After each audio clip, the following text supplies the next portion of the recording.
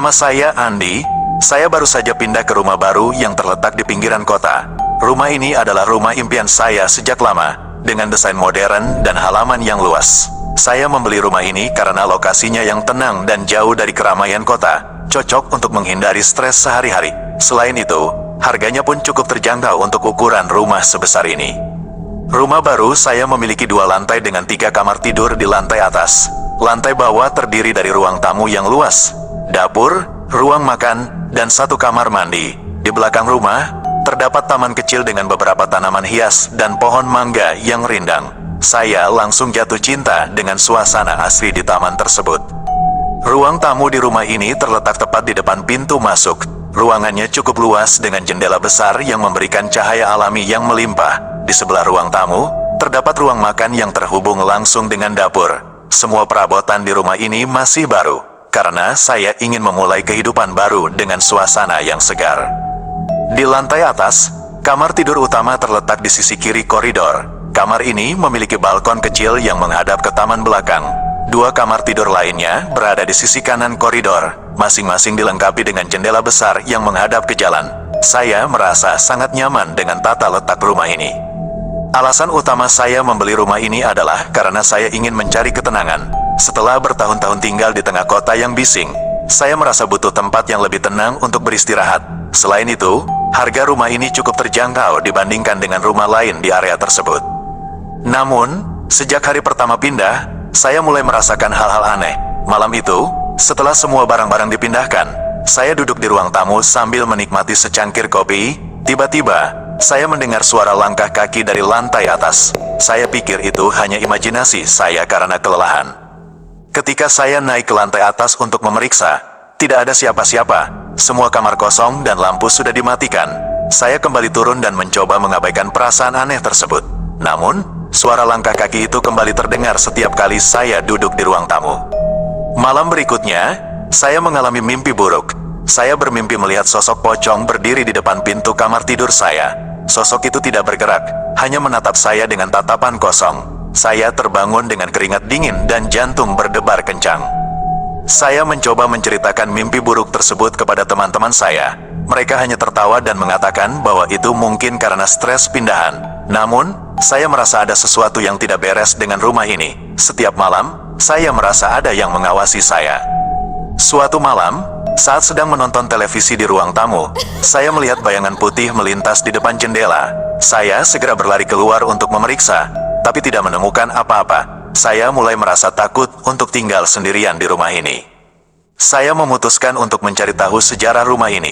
Setelah bertanya kepada tetangga sekitar, saya mendapat informasi bahwa rumah ini pernah kosong selama bertahun-tahun sebelum saya membelinya. Tidak ada yang berani tinggal di sini karena sering terdengar suara-suara aneh di malam hari. Tetangga saya bercerita bahwa rumah ini dulunya dihuni oleh seorang pria tua yang meninggal secara misterius. Sejak saat itu, rumah ini sering dikabarkan angker. Banyak orang yang mengaku melihat penampakan pocong di sekitar rumah ini, terutama di taman belakang.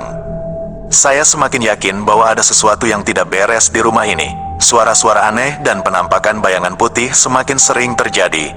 Saya mulai merasa tidak nyaman dan selalu waspada setiap kali berada di rumah.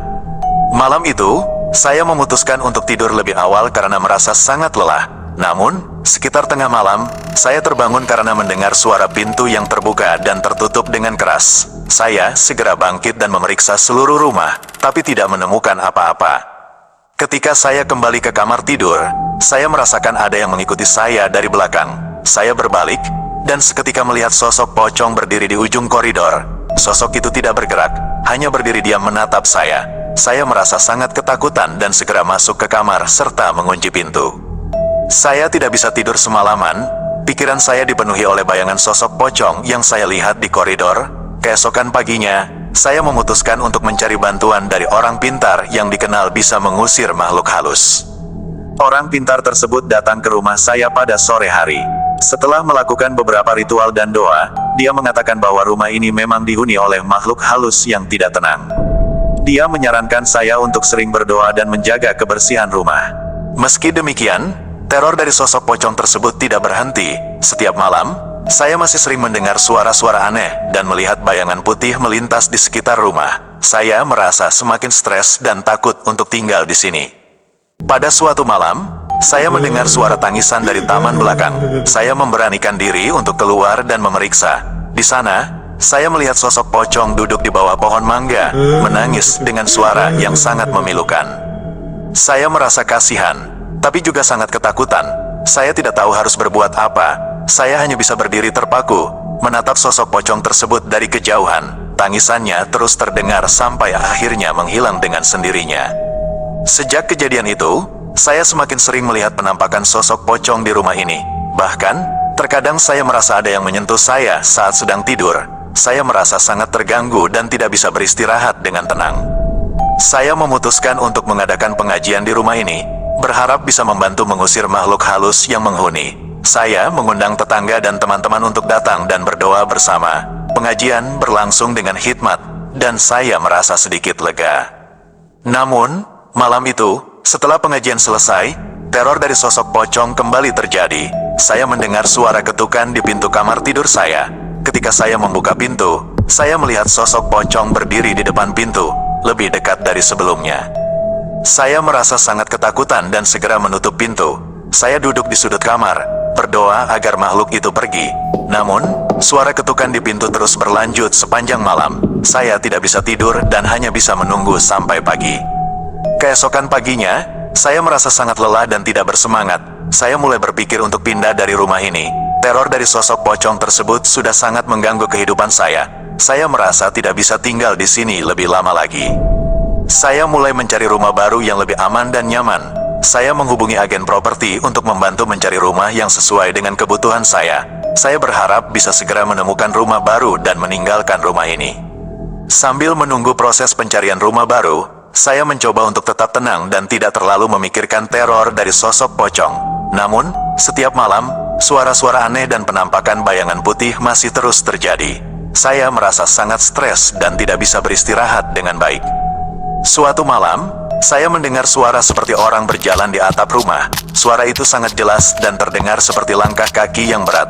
Saya merasa sangat ketakutan dan tidak berani keluar dari kamar. Saya mencoba untuk tetap tenang dan berdoa. Namun, suara langkah kaki di atap terus berlanjut sepanjang malam. Saya merasa seperti sedang diawasi dan tidak bisa tidur dengan tenang. Keesokan paginya, saya merasa sangat lelah dan putus asa. Saya memutuskan untuk mempercepat proses pindah rumah. Saya tidak ingin tinggal di sini lebih lama lagi.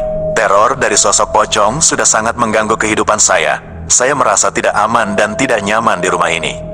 Setelah beberapa minggu mencari, akhirnya saya menemukan rumah baru yang sesuai dengan kebutuhan saya. Rumah tersebut terletak di kompleks perumahan yang aman dan nyaman. Saya segera mengurus proses pembelian dan persiapan untuk pindah. Hari kepindahan akhirnya tiba. Saya merasa lega dan senang bisa meninggalkan rumah yang penuh dengan teror ini. Saya berharap bisa memulai kehidupan baru yang lebih tenang dan bahagia di rumah yang baru. Saat sedang mengemasi barang-barang, saya melihat sekali lagi ke sekitar rumah. Meski banyak kenangan menyeramkan, saya merasa sedikit sedih harus meninggalkan rumah ini. Namun, saya tahu bahwa ini adalah keputusan terbaik untuk kesehatan mental dan keselamatan saya. Setelah semua barang-barang dipindahkan, saya berdiri di depan pintu dan mengucapkan selamat tinggal pada rumah ini. Saya berdoa agar rumah ini bisa segera mendapatkan penghuni baru yang bisa hidup dengan tenang di sini. Saya meninggalkan rumah tersebut dengan perasaan campur aduk. Saya merasa lega bisa keluar dari situasi yang menyeramkan, namun juga merasa ada beban yang hilang dari hati saya. Saya berharap tidak akan mengalami hal serupa di rumah yang baru.